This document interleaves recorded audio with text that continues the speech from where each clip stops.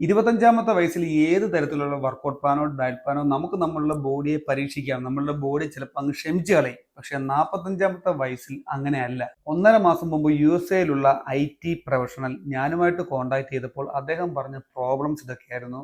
ഊർക്കക്കുറവ്, അതുപോലെ വയറ് കൂടുന്നു, എനർജി കുറവ്. ഇത് ഏതൊരു 25 വയസ്സുകാരനും ഉള്ള സെയിം പ്രോബ്ലം തന്നെയാണ്. പക്ഷെ അദ്ദേഹവുമായിട്ട് സംസാരിച്ച് അദ്ദേഹത്തിന്റെ ഹിസ്റ്ററി എടുത്തപ്പോൾ അദ്ദേഹം പറഞ്ഞ പ്രോബ്ലംസ് മാത്രമല്ല ഞാൻ അദ്ദേഹത്തിൽ ഐഡന്റിഫൈ ചെയ്തത്. HRV അദ്ദേഹത്തിന് വളരെ കുറവായിരുന്നു, അദ്ദേഹത്തിന് ഡീപ് സ്ലീപ്പ് കുറവായിരുന്നു, അതുപോലെ ഫ്ലെക്സിബിലിറ്റിയും വളരെ ലോ ആയിരുന്നു. 40 വയസ്സ് കഴിഞ്ഞിട്ടുള്ള ആളുകൾക്ക് ഇതിന്റെ സൊല്യൂഷൻ എന്ന് പറയുന്നത് ഹാർഡ് വർക്ക് അല്ല, മറിച്ച് സ്മാർട്ട് വർക്ക് ആണ്. അദ്ദേഹത്തിന്റെ ബിസി ലൈഫ് സ്റ്റൈലിൽ വെച്ചിട്ട് അദ്ദേഹത്തിന്റെ ഗോൾ അച്ചീവ് ചെയ്യാനായിട്ട് ഞങ്ങൾ പ്ലാൻ ചെയ്തത് ഇങ്ങനെയാണ്. പോസ്റ്റർ കറക്റ്റ് ചെയ്യാനായിട്ട് 2 ദിവസം ലൈവ് സെഷൻ കൊടുത്തു.